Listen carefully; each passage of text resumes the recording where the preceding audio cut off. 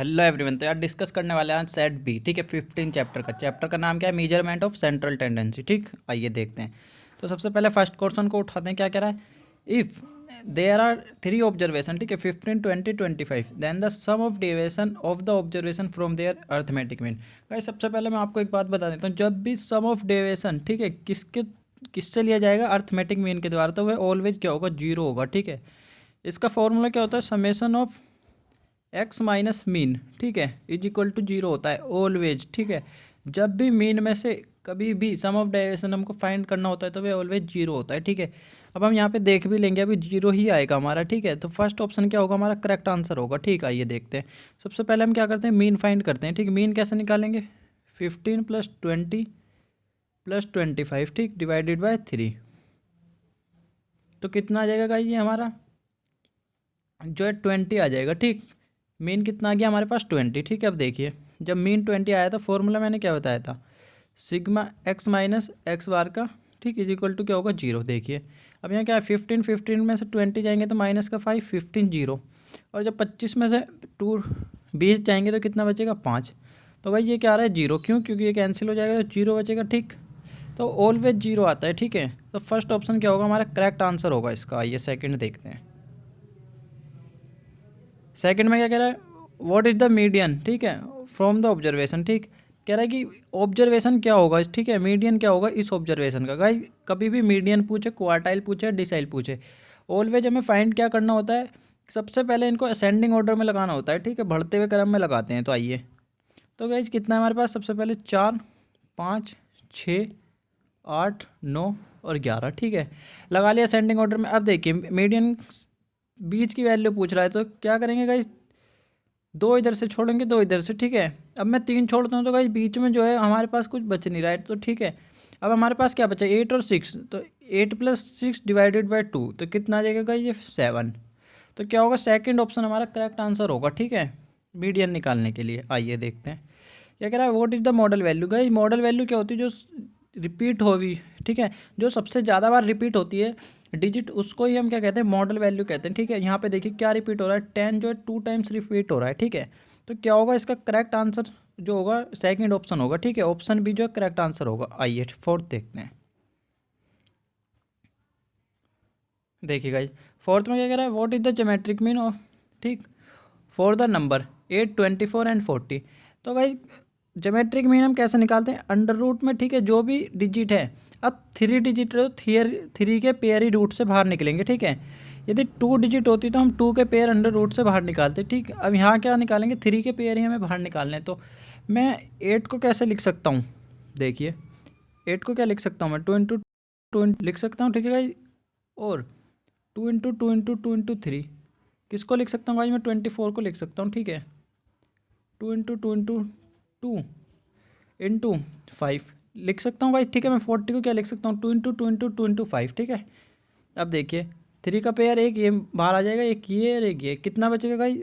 Root में 15 अंदर बचेगा। ठीक है, ओनली, और हमारा कितना बाहर आ गया? 2 × 2 × 2। ठीक है, तो 8√15 जो होगा हमारा करेक्ट आंसर होगा। देखिए कौन सा ऑप्शन सेटिस्फाई कर रहा है?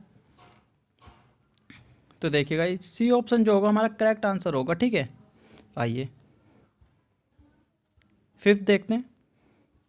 फिफ्थ में क्या करेगा? The harmonic mean of the number. ठीक है, इनका हार्मोनिक मीन निकालना है इन नंबर का। ठीक, अब हार्मोनिक मीन का फॉर्मूला क्या होता है? लिख लीजिएगा N1 divided by N1 plus N2 plus 1/N3। ठीक है गाइज, ये कितने भी डिजिट तक जा सकता है। ठीक है, nth टर्म तक जा सकता है ये, पर यहाँ पे हमारे पास 3 डिजिट है तो हम 3 तक ही लेके जाएंगे। ठीक, आइए देखते हैं। तो हमारे पास कितनी डिजिट है? 3। अब कितना जाएगा गाइज? 1/2 प्लस 1/3। ठीक है, और प्लस 1/5 सोल्व कर लीजिए गाइज। 3 डिवाइडेड बाई, इसको सोल्व करने पे क्या आएगा? 1.09 आएगा। ठीक है गाइज, अब सोल्व कर लिया। अब डिवाइड करते हैं, 3 डिवाइडेड बाई 1.09, तो कितना आएगा गाइज? 1 सेकेंड गाइज, 1.09 नहीं आएगा, 1 सेकेंड डिवाइड करके देख लेते हैं। देखिए गाइज, इसको 1.2 को करेंगे तो कितना आएगा? 1.5, और ये आएगा 0.33। ठीक है, और 1 डिवाइडेड बाई 5 करते हैं हम तो 0.2 आएगा। ठीक, अब तीनों को ऐड कर लेते हैं, 0.2 प्लस 0.5 प्लस 0.33। ठीक है गाइज, 0.2 प्लस 0.5 0.33। गाइज 1.03 आएगा ये, ठीक है। तो 3 डिवाइडेड बाय 1.03, अब डिवाइड कर लेते हैं गाइज, 2.9 आएगा, ठीक है। तो 2.9 कौन सा ऑप्शन जो है हमारा सेटिस्फाई कर रहा है, देखिए सी जो होगा हमारा करेक्ट आंसर होगा, ठीक है। सी ऑप्शन जो है हमारा करेक्ट आंसर है। आइए सिक्स देखते हैं। सिक्स में क्या कह रहा है, if the arithmetic mean and geometric mean of two number इतना इतना, फाइंड द नंबर, ठीक। नंबर को फाइंड करना है हमें। देखिएगा इस जो है सभी का अर्थमेटिक मीन है वो 6.5 आ रहा है, क्यों? क्योंकि जितने भी ऑप्शन है हमारे पास सबका जो सम है वो कितना है, 13 है, ठीक है। अब देखिए लेकिन ज्योमेट्रिक मीन निकालने का फॉर्मूला मैंने आपको क्या बताया था, अंडर रूट में ए और बी।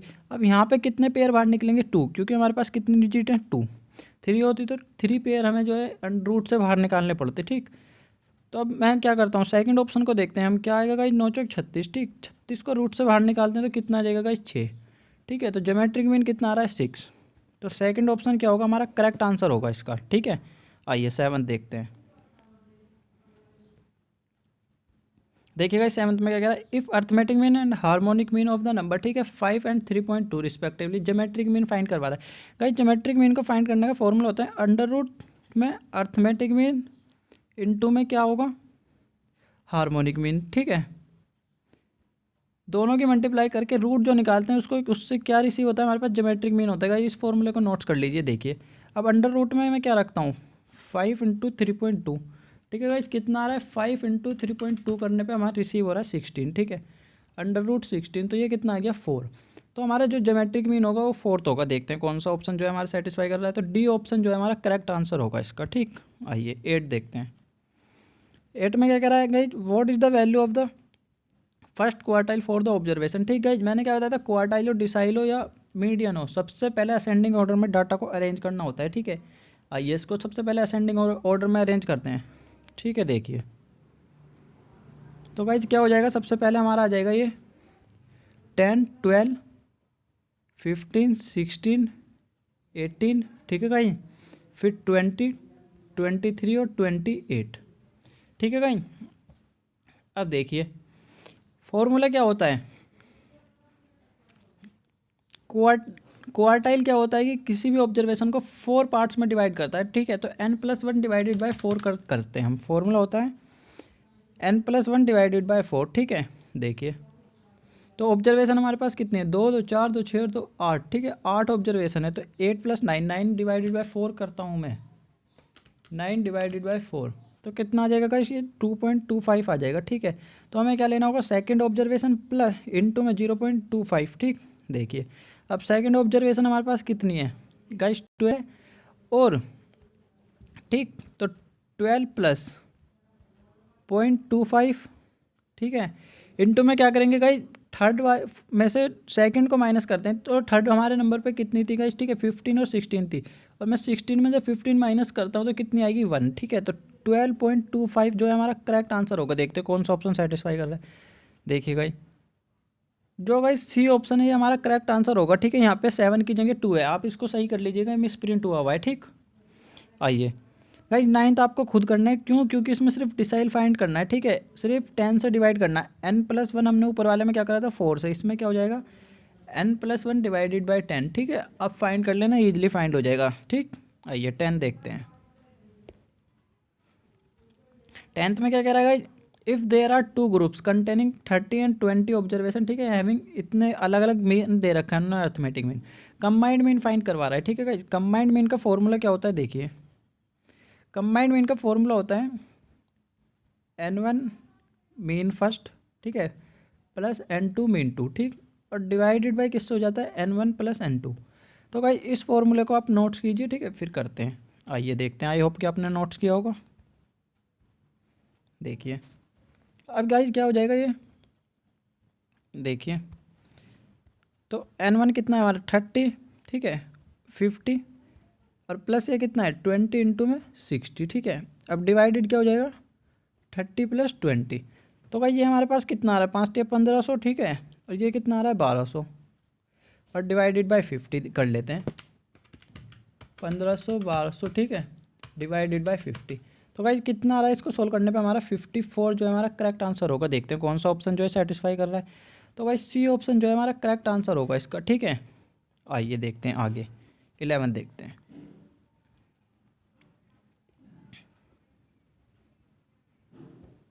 देखिएगा 11th में क्या कह रहा है, the average salary of A group unskilled, ठीक है, कितनी दे रखी है 10,000 जो है 10,000 है, and the group of skilled worker कितनी है उसकी 15,000 है, इफ़ द कंबाइंड सैलरी 12,000 है, ठीक।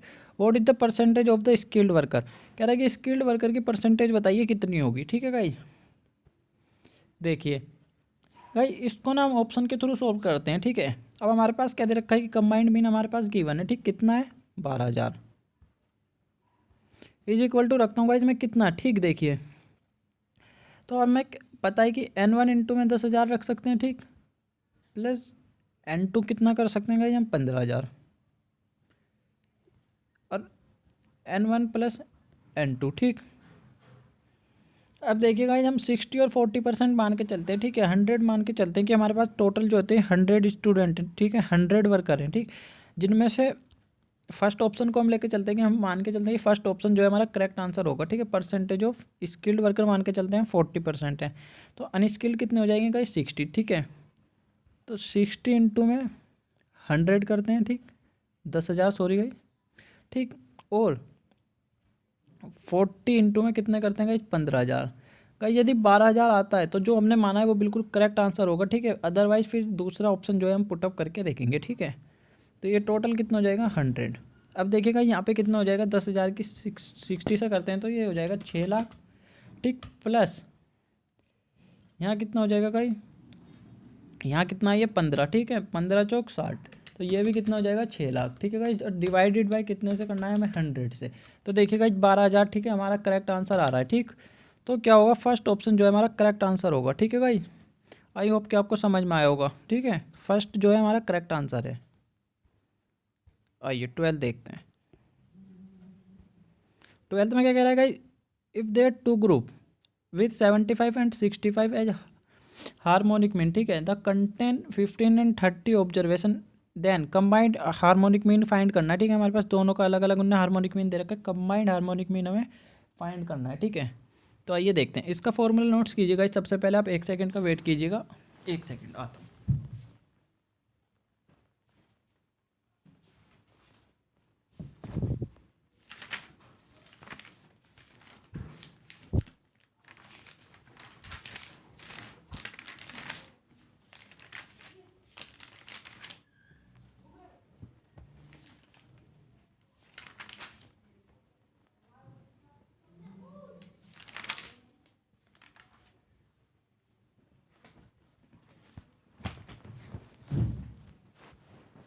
हाँ गाइज सबसे पहले आप जो है कंबाइंड अर्थमेटिक मीन का फॉर्मूला जो है नोट्स कीजिए, ठीक है गाइज। क्या होता है N1 प्लस N2, ठीक है, और डिवाइड करते हैं हम किससे, N1 प्लस H1, ठीक है, plus N2 divided by H2, ठीक है। तो गाइज इस फॉर्मूले को नोट्स कीजिए, किसका फॉर्मूला है कंबाइंड, ठीक है, हार्मोनिक मीन का फॉर्मूला होता है। अब रखते हैं, ठीक है। अब देखिए अब हमारे पास N1 प्लस N2 कितना है हमारे पास गाइज 15 प्लस 13, ठीक है, डिवाइड किससे करना है हमें 15 divided by 75 plus 13 divided by 65। गाई इसको अब आप सोचेंगे कि सोल्व करना बहुत मुश्किल होएगा, लेकिन एग्जाम में कैलकुलेटर अलाउ होता है, तो ठीक है आप इसको पॉइंट में निकाल सकते हैं। तो सबसे पहले 15 प्लस 13 कितना आ गया हमारे पास जो है 28 आ गया, ठीक है। अब इसको सोल्व कर लीजिए 15 डिवाइडेड बाय 75, तो गाई 0.2 आ रहा है, ठीक है, और प्लस कितना आ जाएगा गाई ये 13 डिवाइडेड बाय 65, तो 0.2 ही ये आ रहा है, ठीक है। तो 0.2 प्लस 0.2 कितना हो जाएगा 0.4, डिवाइड कर दीजिए 28 डिवाइडेड बाय 0.4, तो गाइस 70 जो है हमारा करेक्ट आंसर होगा, ठीक है। ऑप्शन सी जो है वो गाइस हमारा करेक्ट आंसर है, ठीक है। आइए 13 देखते हैं।